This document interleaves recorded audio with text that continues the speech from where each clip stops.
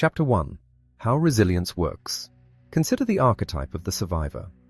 In the bustling, high-pressure world of journalism, there are figures who seem to weather every storm.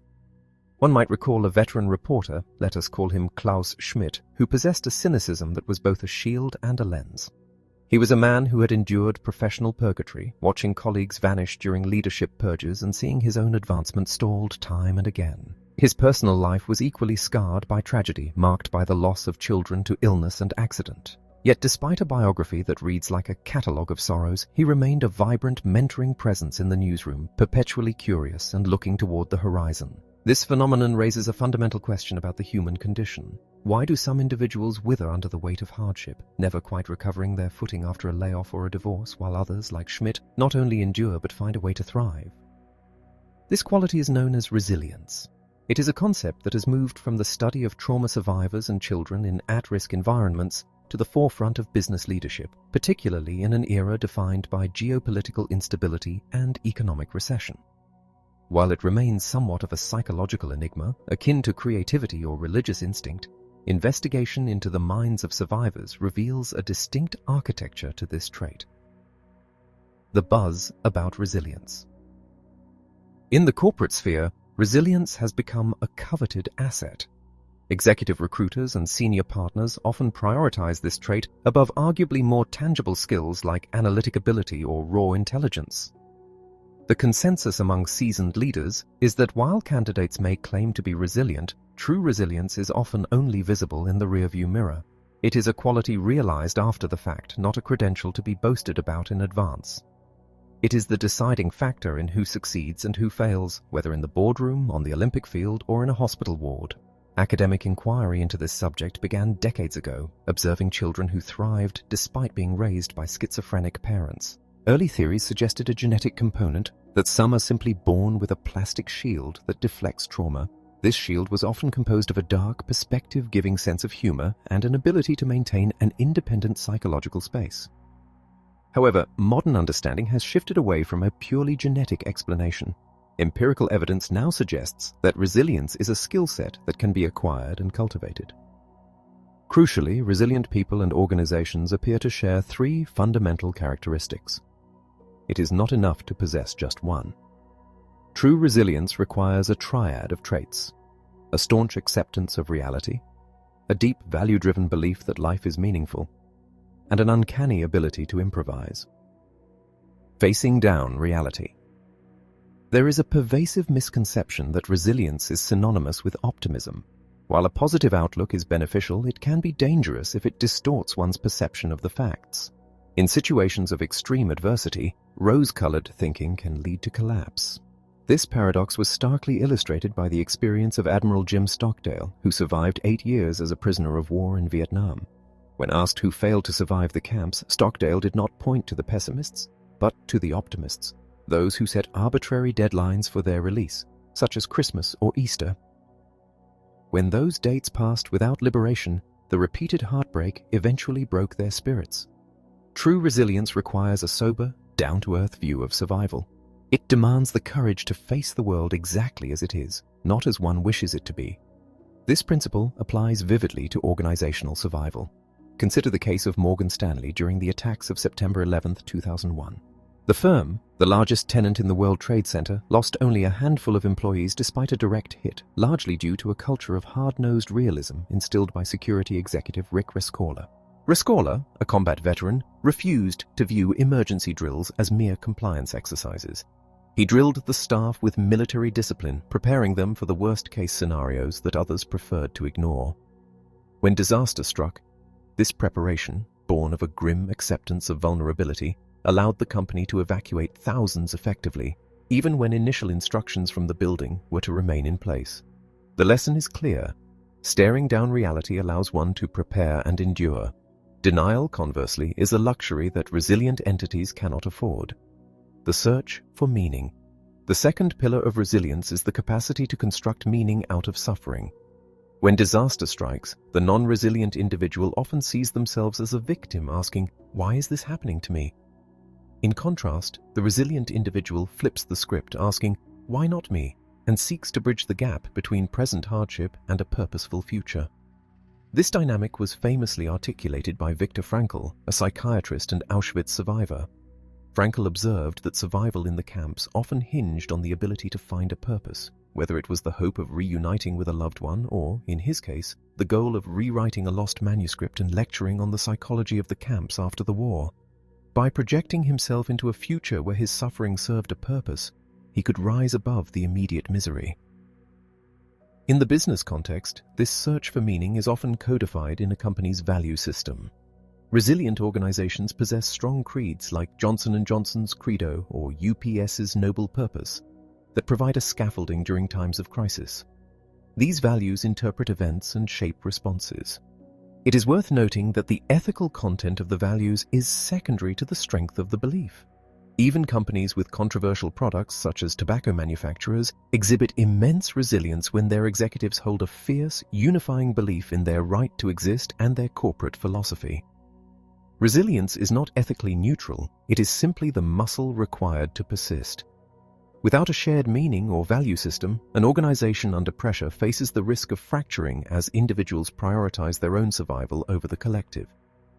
Ritualized ingenuity. The third and final building block is the ability to make do with whatever is at hand. Anthropologists refer to this as bricolage, a type of inventiveness that involves tinkering with available materials to solve a problem. The resilient individual is a bricoleur, someone who imagines possibilities where others see only broken parts or dead ends. We see this in the stories of entrepreneurs who, when faced with lawsuits or market collapses, do not abandon their ventures but morph them. They might pivot from selling goods to selling their expertise, or from domestic markets to international joint ventures, constantly patching the business model until it works. We see it in the intellectual playfulness of a physicist like Richard Feynman, who cracked safes at Los Alamos not by brute force, but by piecing together psychological insights and mathematical constants. In organizations, this ingenuity often manifests as a culture of disciplined improvisation. UPS, for example, empowers its drivers to do whatever is necessary to complete their rounds, even in the wake of a hurricane. This is not unbridled chaos. It is improvisation rooted in routine. Because the core rules and habits are so deeply ingrained, the staff has the bandwidth to innovate on the margins when the system breaks down. Paradoxically, it is the strict adherence to protocol in normal times that allows for creativity in times of turbulence. Resilience, ultimately, is more than just luck, though luck plays a role. It is a reflex, a habitual way of engaging with the world. It is the discipline of facing reality without blinking, finding meaning in the chaos, and improvising with the tools at hand. Chapter 2. Resilience for the rest of us. There are two distinct pathways to cultivating resilience. One involves the dialogue we hold with ourselves, and the other involves the physical retraining of our neural circuitry. When we face catastrophic failure, the cognitive approach is often the most effective. We must intervene in our own internal monologue, challenging defeatist thoughts and replacing them with an optimistic, albeit realistic outlook. However, true catastrophes are rare. The more pressing challenge for the modern leader is not bouncing back from a prison camp or a terrorist attack, but recovering from the cumulative friction of daily life, the minor screw-ups, the irritating setbacks, and the routine upsets that drain our energy. For these frequent, lower-intensity stressors, the answer lies in a different mechanism. We must look to the brain itself. The human brain possesses a specific biological machinery for recovering from the toll of daily hassles, and with deliberate effort, we can upgrade its capacity to snap back from these inevitable downers. To understand this, we must look at what happens when we lose our composure. When we become so upset that we say or do something we later regret, we are experiencing an amygdala hijack. The amygdala, the brain's primitive radar for danger, overrides the executive centers in the prefrontal cortex, triggering a fight-or-flight response to a situation that may only require a calm conversation. The neural secret to resilience is not preventing this hijack entirely, but rather shortening its duration. Research by neuroscientist Richard Davidson identifies the left side of the prefrontal cortex as the seat of this recovery. While distress activates the right side of the prefrontal area, the circuitry responsible for quieting the amygdala and restoring focus is concentrated on the left. Each individual possesses a baseline ratio of left-to-right activity. Those tilted toward the right are more prone to upset. Those tilted toward the left recover quickly from distress. The goal, then, is to shift this neural baseline. This theory was put to the test in a high-pressure environment, a 24/7 biotech startup. Davidson partnered with John Kabat-Zinn to introduce mindfulness training to the company's stressed employees. Mindfulness in this context is an attention training method that teaches the brain to register the present moment fully without reactivity or judgment. The practice is deceptively simple, but biologically potent. It begins by finding a quiet, private space where distractions can be eliminated. A closed office door and a muted phone are essential. The practitioner sits comfortably, with the back straight but relaxed, embodying a state of alert dignity. The focus is then turned entirely to the breath, attending closely to the physical sensations of inhalation and exhalation. Crucially, there is no attempt to control or judge the breathing. It is simply observed. When the mind inevitably wanders to thoughts, sounds, or worries, these are viewed merely as distractions. The task is to let them go and gently return attention to the breath, starting again with the next inhalation. In the biotech study, employees practiced this regimen for an average of 30 minutes a day over 8 weeks. The results were measurable and profound. Their neural activity shifted significantly from the stressed-out right side of the prefrontal cortex toward the resilient left side. Beyond the biological data, the subjective experience of the employees changed. They reported reconnecting with the passion that had originally drawn them to their work. They had not just reduced their stress, they had revitalized their engagement. To achieve these benefits, consistency is key. Treating mindfulness like a mental exercise routine, practiced for 20 to 30 minutes daily, yields the best results. While guided instruction can be helpful, the critical factor is carving out a dedicated slot in the daily schedule, perhaps even utilizing a long commute as a session for practice. Once viewed with skepticism, this approach has gained traction among hard-nosed executives and top-tier organizations. From programs at Google University to leadership courses at medical schools, mindfulness is being recognized not as a spiritual luxury but as a necessary tune-up for the brain's resilience circuitry. For the high-performing leader, the symptoms of a resilience deficit can be subtle. It may not manifest as a breakdown, but rather as a vague sense of unease, restlessness, or a persistent feeling that life is merely good enough rather than great. In such cases, a regimen of mindfulness offers a practical, physiological path back to mental equilibrium. Chapter 3. How to evaluate, manage, and strengthen your resilience. Cast your mind back to the last strategic off-site meeting you attended. The scene is likely familiar, a conference room table buried under reams of reports, spreadsheets, and financial statements. The air is thick with the lexicon of analysis, profit and loss, balance sheets, quantitative data. As managers, we intuitively grasp that a resilient business is built on a foundation of clear-eyed, rigorous analysis. We track every metric, scrutinize every variance, and adjust our strategies based on hard facts. Yet, when the subject turns to our own capacity to adapt, grow, and withstand pressure, this analytical rigor vanishes. We rarely apply the same methodical approach to our own internal balance sheets. This discrepancy is a missed opportunity. Decades of research into the mechanics of personal resilience, combined with the practical experience of building companies, reveal that we can and should manage our psychological reserves just as we manage our corporate assets. By adopting a financial mindset toward our well-being, we can evaluate and strengthen our resilience with the same precision we apply to our businesses. Build up your positivity currency. Resilience cannot be manufactured out of thin air. Unlike a central bank, we cannot simply print more money when the economy falters.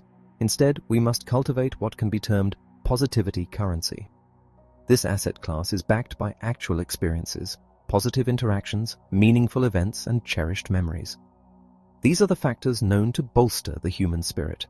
However, this currency is only minted and stored as a usable asset when we actively focus on these positives and express gratitude for them.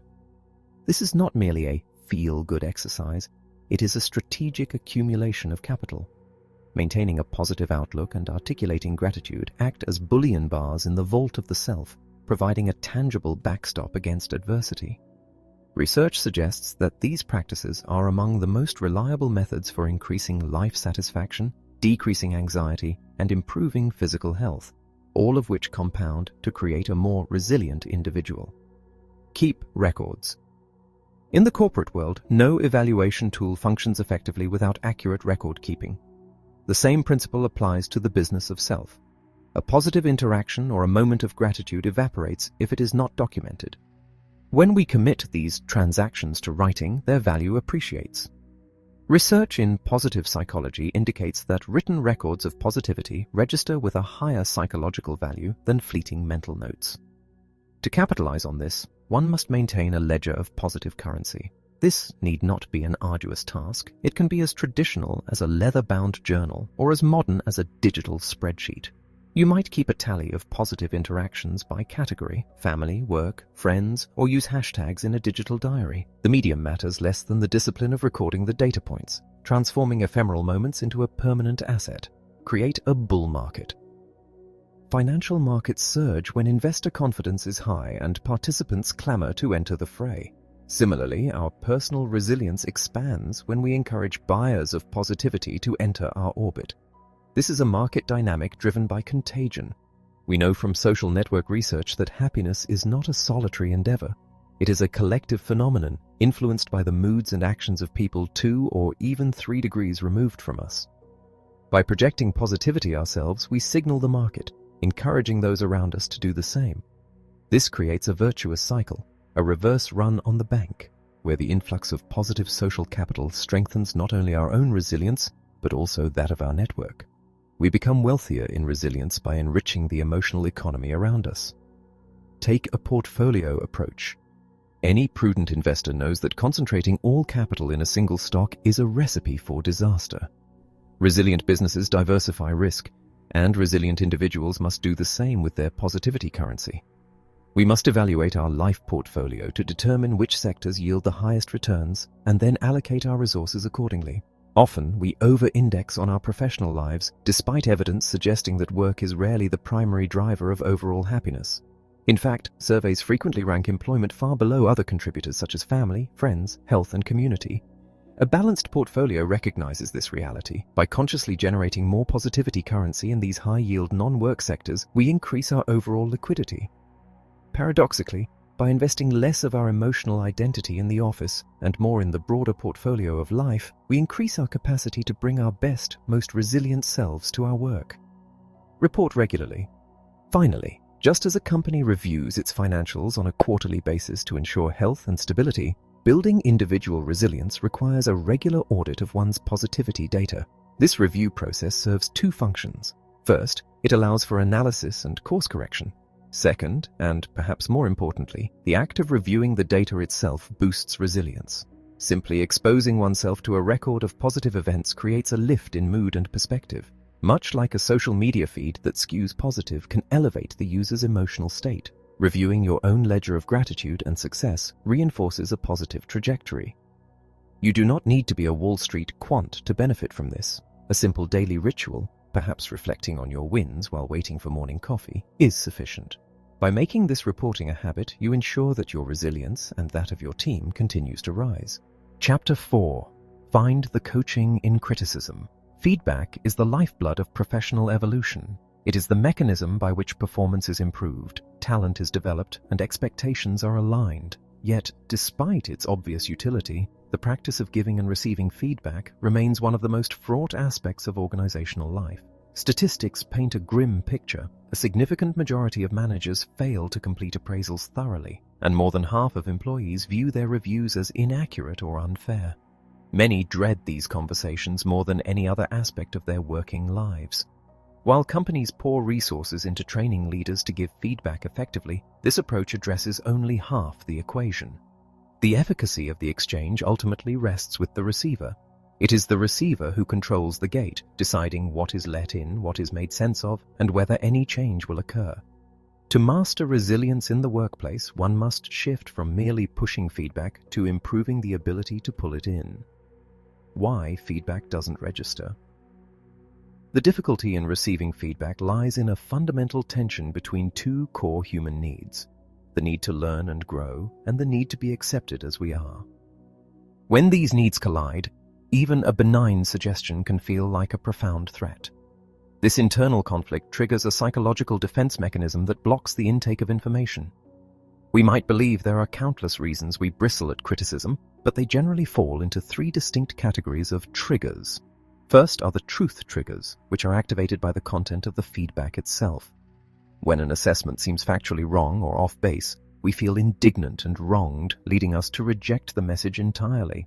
Second are relationship triggers, which are tripped not by the message, but by the messenger. If we question the credibility of the giver or feel mistreated by them in the past, we effectively discard the coaching, even if the advice is sound. Finally, there are identity triggers.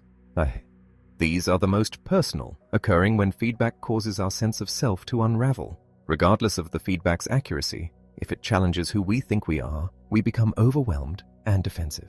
Understanding these triggers is the first step in managing the emotional flooding that prevents learning. 6 steps to becoming a better receiver.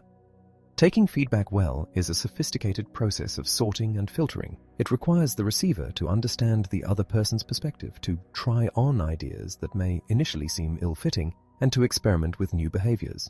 This is nearly impossible when one is in a triggered state. To move from a reactive stance to a learning stance, one must engage in a deliberate practice comprising 6 distinct steps. 1. Know your tendencies. We have all been receiving feedback our entire lives, and by now we have developed specific patterns of response. Some of us defend ourselves on the facts. Others attack the method of delivery. Some seethe silently, while others tear up or grow righteously indignant. Sight start. Consider Michael, an executive who, upon hearing a joke about his professionalism, felt flooded with shame. He described the sensation as if he were Googling things wrong with me and getting 1.2 million hits. By recognizing this standard operating procedure, Michael was eventually able to step back, sleep on the commentary, and view the feedback at actual size rather than through the lens of catastrophe. Recognizing one's own physiological and emotional responses is the prerequisite for keeping the channel of communication open. 2. Disentangle the what from the who. Ideally, wise advice would be accepted regardless of the source. Sight start. In reality, relationship triggers often cause us to conflate the message with the messenger. To learn, we must separate the two. Janet, a pharmaceutical chemist, initially rejected negative feedback from her direct reports by attributing it to their inability to handle her high standards. She convinced herself the problem was theirs, not hers. However, she eventually realized that the issues were not mutually exclusive, even if her team had performance deficits. Her leadership style was a separate variable she could control.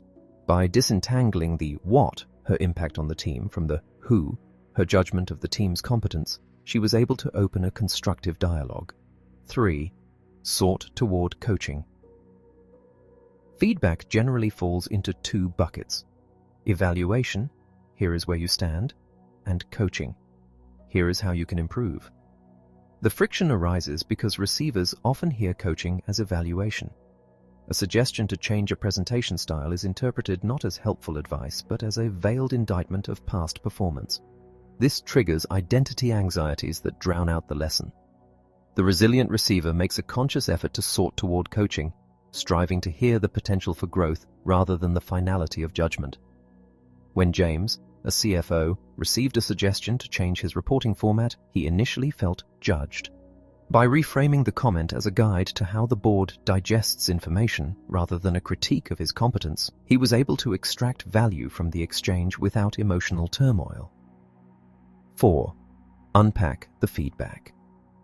Feedback is often delivered in shorthand, vague directives like be more assertive or step it up.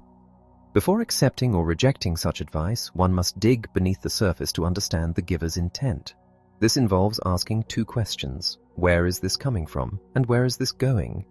The first question seeks the data and observations that led to the comment. The second seeks the specific behavioral change the giver desires. For instance, being assertive might mean speaking up more frequently to one person, but to another it might mean speaking with greater conviction. Only by unpacking these generalities can a receiver engage in a nuanced conversation about best practices and decide whether the advice aligns with their own values. 5. Ask for just one thing. Soliciting feedback is a powerful way to reduce the emotional sting of criticism. When we ask for it, we are in the driver's seat. However, open-ended questions like, "Do you have any feedback?" often yield vague or overwhelming responses. A more effective strategy is to ask for just one thing. What is one thing you see me doing that holds me back? This constrains the scope of the conversation, making it manageable and concrete. Roberto, a fund manager overwhelmed by the sprawling data of a 360-degree review, adopted this tailored approach. By asking colleagues for a single actionable item, he uncovered consistent themes and built a clear roadmap for growth, all while demonstrating humility and confidence to his team. 6. Engage in small experiments. Even after understanding the feedback, we may remain skeptical of its utility. The final step is to test the advice through small, low-risk experiments. Rather than overhauling one's entire persona, one can try a new approach in a single meeting or a specific project. James, the CFO, tested the board members' advice on presentation structure and found that while it solved some problems, it introduced others. This allowed him to iterate and refine his approach, reverse engineering his presentations to meet his audience's needs. Treating feedback as a hypothesis to be tested rather than a command to be obeyed lowers the stakes and fosters a mindset of continuous improvement. Criticism is never easy to absorb. It strikes at our most vulnerable points and challenges our self-concept. Yet growth depends on the ability to pull value from these difficult conversations. By mastering the art of receiving feedback, we take ownership of our own development, ensuring that no matter how poorly the message is delivered, we can still find the coaching buried within. Chapter 5. Firing Back. How Great Leaders Rebound After Career Disasters. Among the many tests a leader faces, few are as painful or challenging as recovering from a career catastrophe. Whether caused by a slip-up, misconduct, illness, or a conspiratorial overthrow, the sudden loss of power and prestige can be devastating. Yet, history shows that true leaders do not cave in. Instead, defeat often energizes them, fueling a determination to rejoin the fray with greater vigor. We see this in figures like Jamie Dimon, who rose from his firing at Citigroup to lead JP Chase, or Donald Trump, who navigated financial distress to reinvent himself as a media mogul and politician. Despite these high-profile comebacks, they remain the exception. F. Scott Fitzgerald once observed that there are no second acts in American lives, a sentiment that casts a long shadow over derailed business careers. Research into CEO successions reveals a stark reality. Nearly half of ousted leaders effectively end their careers, retiring into obscurity rather than returning to an active executive role. The barrier to return is often psychological. Leaders who fail to recover tend to blame themselves, dwelling on the past and getting caught in a web of shame and anger. However, the ability to transcend adversity is a universal marker of greatness. As anthropologist Joseph Campbell detailed in The Hero with 1,000 Faces, the narrative arc of the hero, from the call to greatness through profound setbacks to ultimate triumph, is the same across cultures and eras. Modern business leaders must navigate this same mythological path. To triumph over tragedy, they must take conscious, strategic steps to fight back, recruit allies, and rediscover their mission. Decide how to fight back. The first critical decision in the aftermath of a disaster is strategic. Should one confront the situation directly, risking an exhausting and public battle, or is it wiser to retreat and regroup? Sometimes, the smartest move is to avoid the courtroom and seek vindication in the marketplace. Bernie Marcus, co-founder of Home Depot, chose to sidestep litigation after being fired from Handy Dan Home Improvement. By focusing his energy on building a new venture rather than fighting the old one, he created a retail giant that far eclipsed his previous employer. Similarly, Jamie Dimon's exit from Citigroup was a masterclass in calculated retreat. When his mentor Sandy Weil asked for his resignation, Dimon did not rage or sue. He accepted the decision with a stunned grace, telling Weil, "You've obviously thought this through." Recognizing that a battle would be pointless given the board's alignment with Weil, Dimon took a generous severance package and spent a year on the sidelines. He read biographies of leaders who had suffered, took up boxing to manage his stress, and eventually invited Weil to lunch to seek closure. This emotional discipline allowed him to move on without the baggage of bitterness, eventually positioning him to take the helm at Bank One and later, triumphantly, to merge it with JP Chase. Not every situation calls for retreat, however. The key determinant is the damage to one's reputation, the leader's most valuable asset. If the allegations facing a leader are false and threaten to permanently block a comeback, they must be fought. Ariel Sharon, the former Israeli prime minister, understood this well. Accused by Time magazine of complicity in the Sabra and Shatila massacres, Sharon launched a ferocious legal battle in Israel and New York. He knew that without clearing his name, his public life was over. His victory in court proved that the magazine had lied, restoring his honor and allowing him to eventually return to the highest office. Getting beyond rage and denial. The path to recovery begins with the difficult work of confronting failure. This involves understanding the political machinations that may have led to the downfall and refusing to view the event as an end. A comeback is always possible. Leaders must look to the future, taking preemptive actions rather than reacting defensively. It is also crucial to manage the discomfort of others. Friends and colleagues often retreat because they do not know what to say. The leader must break this silence, signaling readiness for assistance. Finally, one must craft a consistent narrative. Reputation is built on storytelling, and a leader must be prepared to explain their downfall and their path forward clearly and consistently. Recruit others into battle. No leader recovers alone. Whether fighting a legal battle or launching a new venture, it is essential to engage a network of support immediately. While close friends and family provide emotional ballast and a safe space for vulnerability, they are often not the most effective resource for finding new opportunities. Sociologist Mark Granovetter's research highlights the power of weak ties. He found that job seekers are significantly more likely to find positions through distant acquaintances, people seen less than once a year, than through close friends. Close friends tend to inhabit the same social circles and possess the same information. Acquaintances, however, act as bridges to new worlds and fresh opportunities. The quality of these connections matters immensely. Bernie Marcus, in his darkest hour, found salvation not through his closest allies, but through a distant professional acquaintance, Rip Fleming. Despite Marcus's inability to secure a loan from traditional sources, Fleming, a banker with whom Marcus had built a relationship of trust and respect, put his own career on the line to approve the financing for Home Depot. This underscores a vital lesson. The ability to build genuine connections with a wide range of people is a litmus test for resilience. When fate turns against a leader, it is often these dormant ties that provide the lifeline. Recover your heroic status. Recruiting allies is only part of the equation. A leader must also win back the public. Great leadership is built on a heroic status, a larger-than-life persona that embodies a dream or vision. A career disaster shatters this image, and recovery depends on rebuilding it. This requires a public campaign to educate, inform, and retell the story. Too often, ousted CEOs are advised to sign non-disparagement agreements, take the money, and disappear. This is frequently a mistake. Silence allows others to define the narrative, often leading to destructive speculation that makes a comeback impossible. In contrast, Martha Stewart provides a textbook example of how to manage a reputation crisis. Indicted for obstruction of justice, she did not hide. She launched a website, Martha Talks, and published open letters proclaiming her innocence. Stewart understood that her fans needed to reconcile her image as a domestic goddess with her new reality as a defendant. By aggressively telling her side of the story and portraying herself as a victim of prosecutorial overreach, she maintained the loyalty of her customer base. Might start. Even while she was in prison, her company's stock price soared, and upon release, she returned to a thriving business.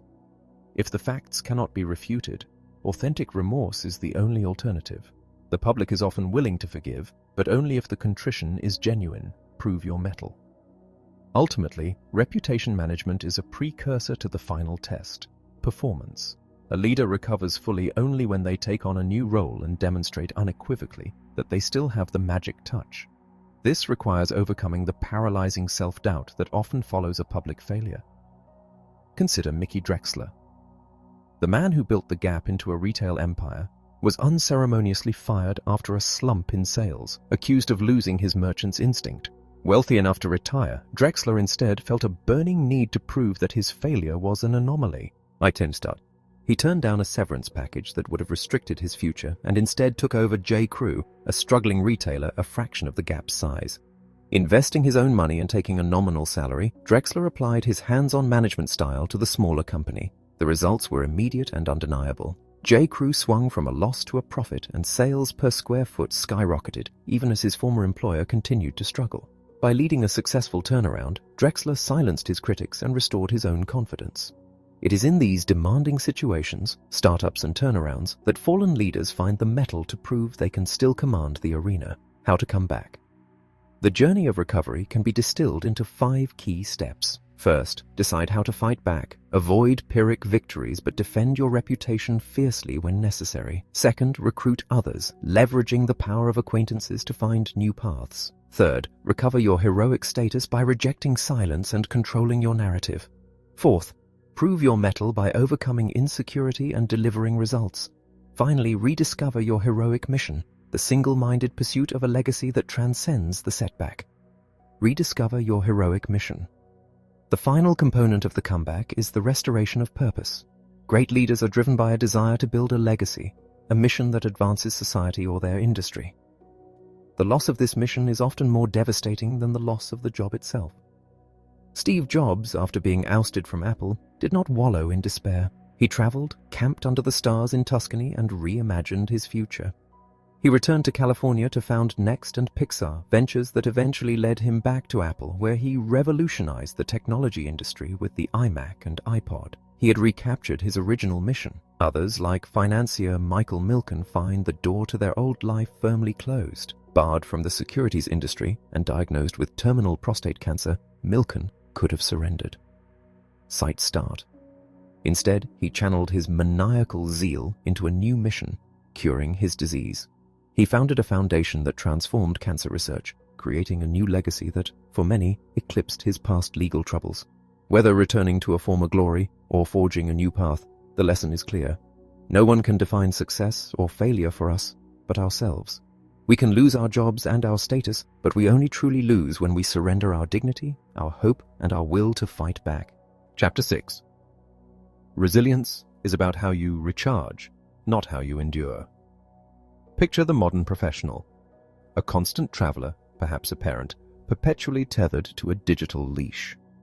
We often fantasize about the productivity that will come from a long flight, a rare block of time undistracted by phones or colleagues. We race through the airport, handle last-minute calls, and board the plane, only to find that when the moment arrives, we are too exhausted to think. We stare at the same email for minutes or refresh a news feed, unable to summon the cognitive power to work. Why does this happen? We are just sitting there after all. Why can we not simply be tougher, pushing through the fatigue to meet our goals? The answer lies in a fundamental misunderstanding of what resilience actually is. We have culturally adopted a militaristic definition of grit. We imagine resilience as a Marine slogging through mud, a boxer refusing to go down, or a football player rising for one more play. We believe that the capacity to endure pain and exhaustion is the measure of our strength. We tell ourselves that if we just power through, we will succeed. This conception is scientifically inaccurate. The biology of recovery. Resilience is not about endurance. It is about how you recharge. The lack of a recovery period is the single greatest impediment to sustained performance. Research demonstrates a direct correlation between insufficient recovery and increased health and safety risks. Sight start. Moreover, the cost of this always-on culture is staggering. Companies lose billions annually in productivity due to sleep deprivation and continuous cognitive arousal. Crucially, stopping work is not the same as recovering. We may leave the office at 5 p.m., but if we spend the evening ruminating on problems or discussing work over dinner, our brains remain in a state of high alert. A study from Norway highlights the danger of workaholism, a condition where the drive to work becomes uncontrollable, impairing other life areas. This is not a badge of honor, it is a pathology. Misconceptions about resilience start early. We praise the student who pulls an all-nighter to finish a project, confusing exhaustion with dedication. But a resilient child is a well-rested one. An exhausted student is a danger on the road and a diminished learner in the classroom. The bad habits formed in youth, sacrificing sleep for productivity, calcify in adulthood, leading to a cycle where we work more hours but accomplish less. As Ariana Huffington notes, the loss of sleep ironically results in 11 days of lost productivity per year for the average worker.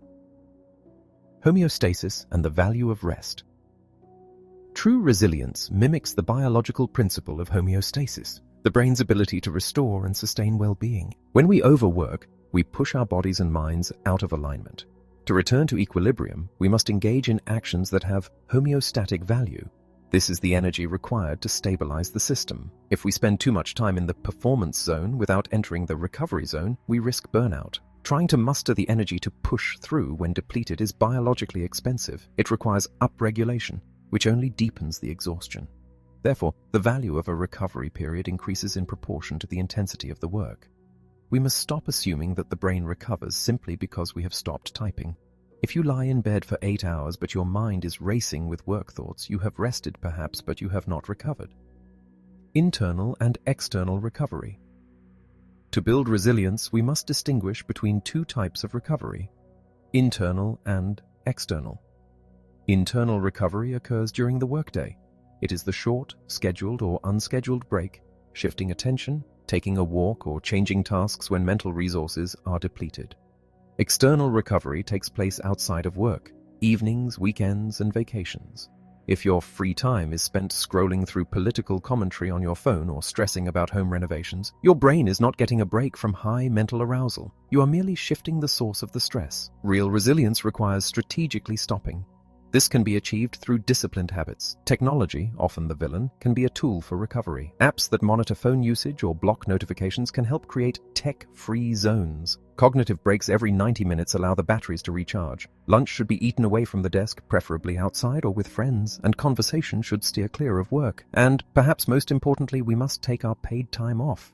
Far from signaling a lack of commitment, taking vacation time increases the likelihood of promotion and raises productivity. We must redefine the resilient leader. It is not the person who is always on, the one who sends emails at 2 a.m., or the one who never takes a break. It is the person who understands that to be tough, one must also be rested.